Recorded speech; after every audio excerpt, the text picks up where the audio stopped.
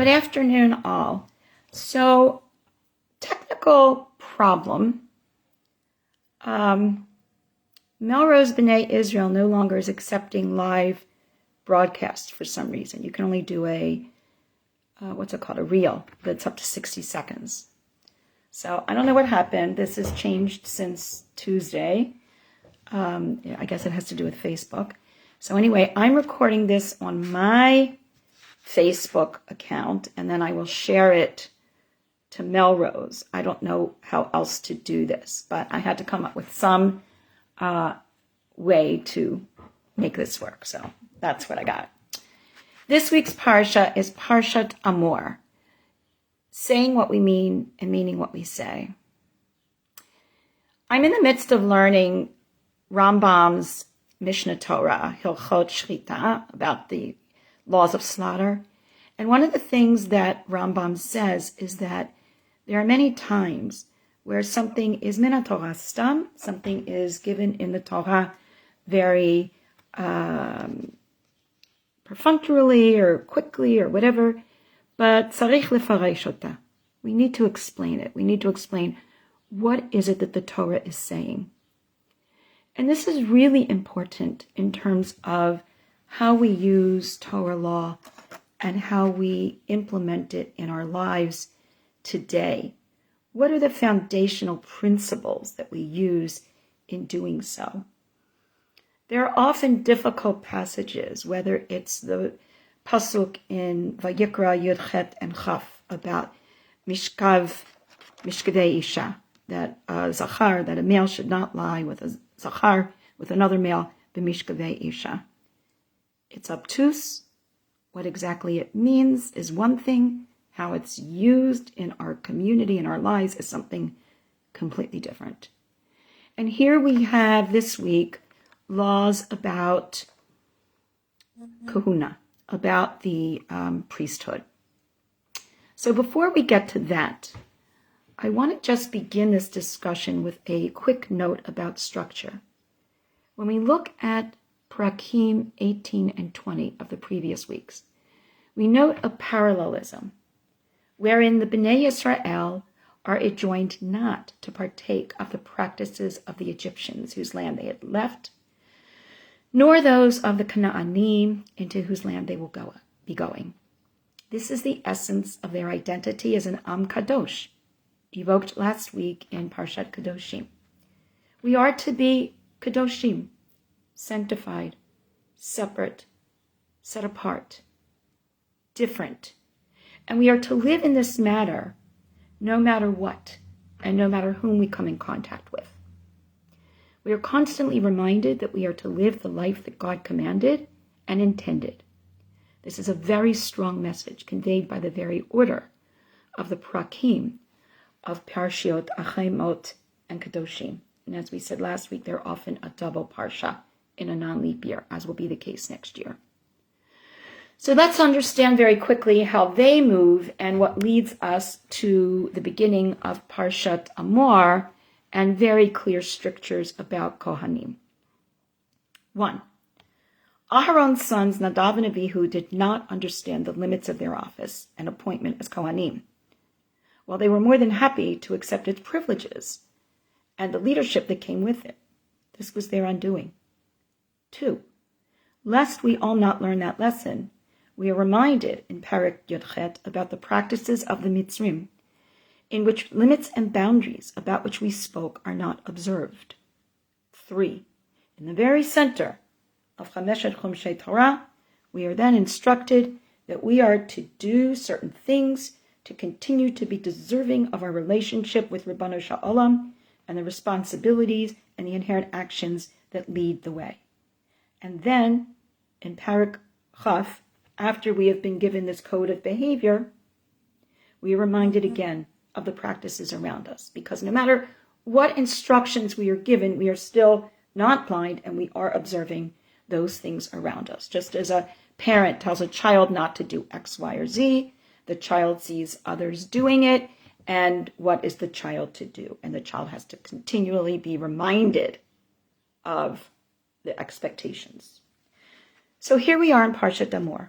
with more stringencies and limitations placed upon our religious leadership, the Kohanim. For one of the more poignant lessons from other nations is the abuses practiced and the prerogatives taken by their leadership. We know this all too well from the narrative of Yetziat Mitzrayim, from ancient history, and certainly we continue to see this issue where leadership abuses their position in our ongoing human narrative at this point in time. This is where we enter Parshat Emor. For this week, please join me as we learn from Nechama Leibowitz about what our text is saying and meaning regarding how we and our leadership are to live and what it is not saying. We will follow Nechama and begin with the later part of our parsha. It is here that once we have discussed and determined the limits of all, the people and our leadership, the parsha turns to adjudication, how we hold the members of our community accountable. Nechama teaches as follows. Few are the verses from the Bible which have been so frequently and widely misunderstood by Jew and non-Jew as chapter 24, verse 20. Nefesh tachat nefesh, ayin tachat ayin, shen tachat shen. This misconception has transformed our text into a symbol, the embodiment of vengeance at its cruelest level.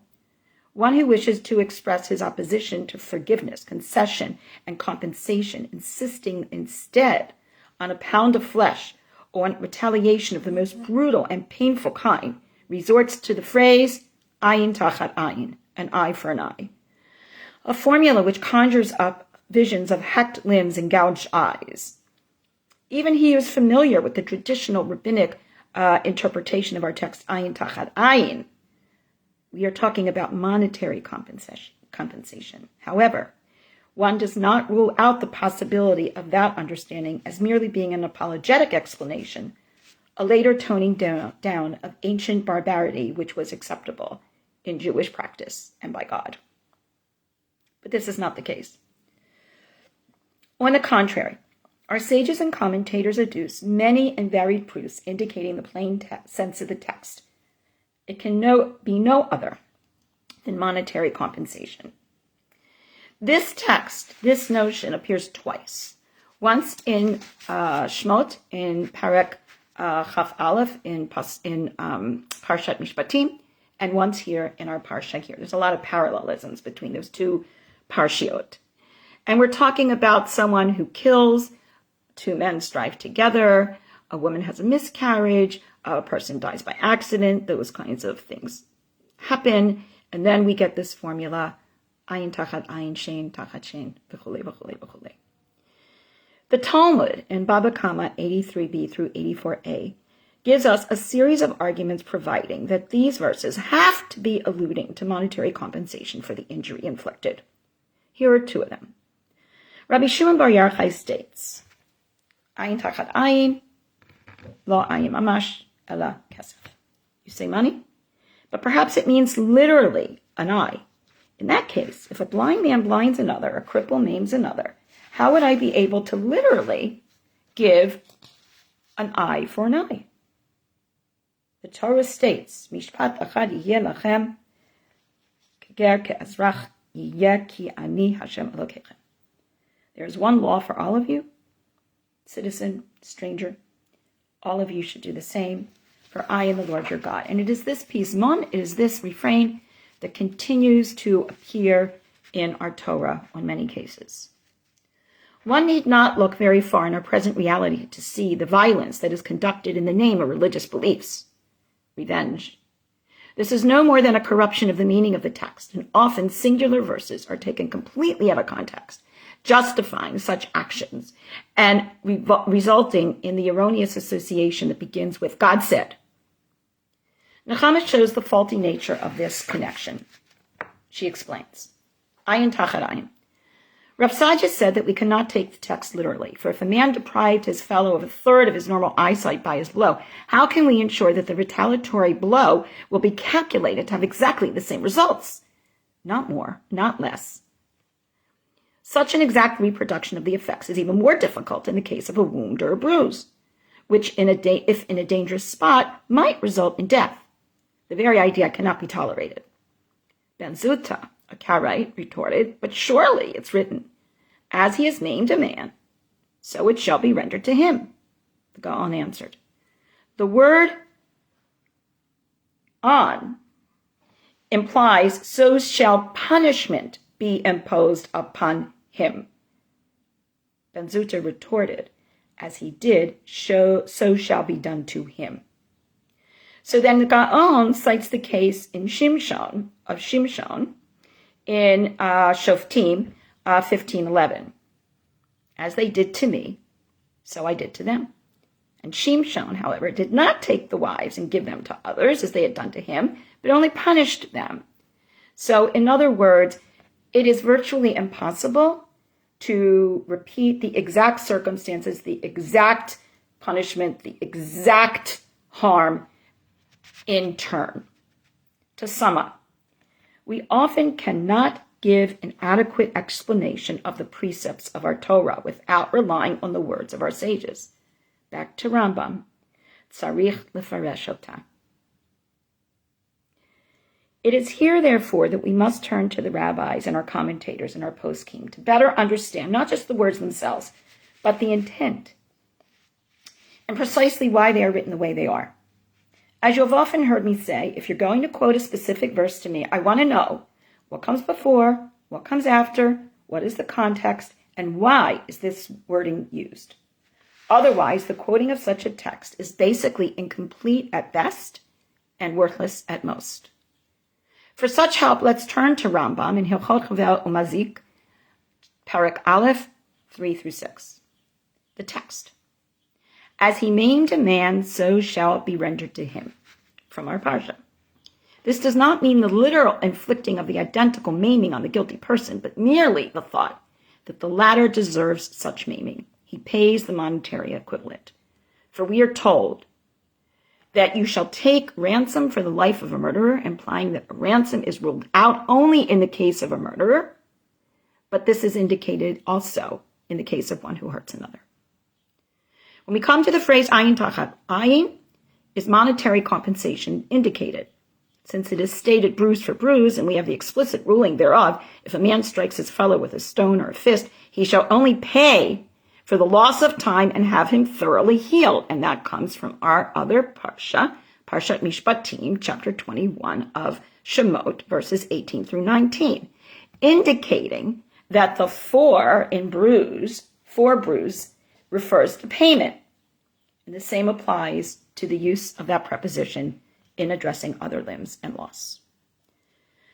Though all these words would seem implicit in the wording of the written law transmitted directly by Moshe from Mount Sinai, all come under the heading of a practical ruling handed down to us. So our ancestors saw matters judged in the court of Yehoshua, of Shmuel, the Ramatit, and every court that has existed since the time of Moshe. Rav A.Y. Kook teaches, Maimonides' view that bodily harm is made good by monetary compensation is based on the oral law handed by Moshe from Sinai, and that ayin tachat ayin is not to be taken literally. This is being spoken of in terms of inadvertent action and indicating that the punishment should address the loss and somehow equivocate that, and not the literal ayin la'ayin. Now, let us return to our religious leaders, the Kohanim. Remember, in our earlier discussions, they serve many purposes in our community, also of a medical nature, if you will, regarding, for example, the one who is afflicted with tzaraat. So if these leaders who are entrusted with so much are to be the ones to help us determine how we live our lives, the status of purity in our community, as we discussed regarding Pesach Sheni and so much else, let us come to an understanding of the limits placed on them. Another difficult place of halacha. Very recently, one of my dearest friends of 46 years died. My heart is truly broken, as are those of all of her dear family and closest friends. One of the most difficult things that I observed at the Levaya was understood by many of us, but might have looked curious to others. Her amazing, wonderful, incredible son-in-law is a Kohen, and therefore had to step away from the group when the actual burial was occurring. The fact that he could not stand with his wife, my dear friend's daughter, was beyond impactful for me. I observed the same thing 17 years ago when the same friend's husband was nifter, both leaving our earthly family much too young. So we may ask, why do we have all of these additional stringencies for Kohanim? At the beginning of our Parsha, we read, Moshe, speak to the Kohanim. V'amarta lehem lenefesh lo yitamei ba'amav. You may not cause impurity through a dead person for his people, except for his mother, father, son, daughter, brother, and unmarried sister. They may not make bald patches on their head. They must be holy to God. They may not marry a woman in various categories that are given. It is understandable that when the religious community came together at the Mishkan or at the Beit HaMikdash to offer sacrifices, and the degree of purity that was demanded for the Kohanim, as indicated 2 weeks ago in Parshat Acharei was operative, they had to remain in this station of purity at all times. But what about today? Some would say these practices are outdated. But what I also understand is that those of us in the observant Jewish world are simultaneously living for today and with the hopes of the future based on our memories of the past, and that our Kohanim always stand at the ready, not just symbolically, but in hopes of a future redemption.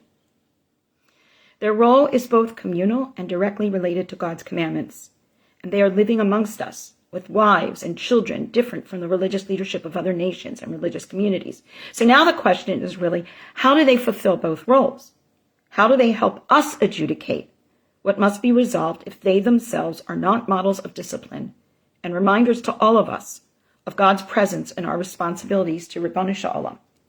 I believe that this is the foundational element that is informed in the words that we read. We, as our leadership, live our daily lives. We interact with those around us. We are not living in a silo in isolation. We work, we play. We are part of the world in every way.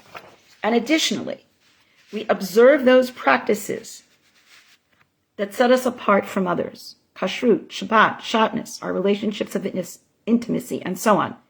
So that we can simultaneously maintain our relationship with HaKadosh Baruch Hu while living in our world. In so doing, we must remember the intent of the commanded words as well as the words themselves. In this manner, we will hopefully not fall victim to the practices of others, such as the Mitzrim from whence we came and the Canaanites whom we would meet later in our narrative. Rather, we would stay an AM KADOSH. All one has to do is look and note that our own leaders who have not acted above reproach and have observed the original laws and dictates that come with their position to understand why we set the fence around the Torah a bit higher for ourselves, so that we do not harm others, and even more so for our Kohanim, who remind us of the structure of our nature, the B'nai Yisrael. When we read our difficult texts, whether it is about our LGBTQ children or about our responsibilities to help those that are less advantaged for the moment than we are, or issues regarding women, or so many other things, our leadership, our Kohanim, all of this. How do we address the inherent problems that could potentially lead one to be discriminatory or exclusive, or worse, hurtful and exclusionary? I often refer to this beautiful little text in Brachot Zayin Aleph, Amud Aleph, in the Gemara. I think it teaches us something so pivotal. Minayin shakadosh baruch hu mipalel. God prays. How do we know that God prays? Shenemar v'haviota el karkachi. Because bring them, the text says, to the mountain of my holiness, not their mountain, mine. My matzaleh. So what does God pray? Amar Rabbi Zutra bar Tuvia, Amar Rabbi. Rab Zutra bar, the son of Tuvia, says that Rab said, Yihi ratzon mefanei shechbeshu rachamai al kasi v'yagulu rachamai al mitzotai. May it be my will that my compassion will overcome and will conquer my anger or my angst, and that I will show compassion in all of my behaviors. V'etnaheg im banai, and I will act with my children b'midat rachamim, with the highest measure of compassion. And in showing that compassion, I will go above and beyond the letter of the law.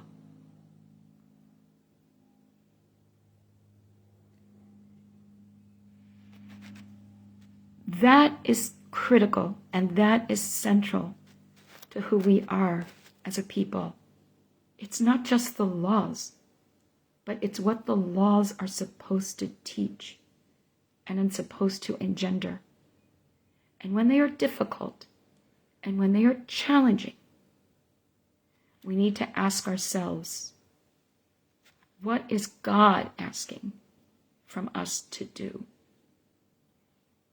And in coming to understand that, tzarich lefaresh otam. We need to explain them. We need to better understand them.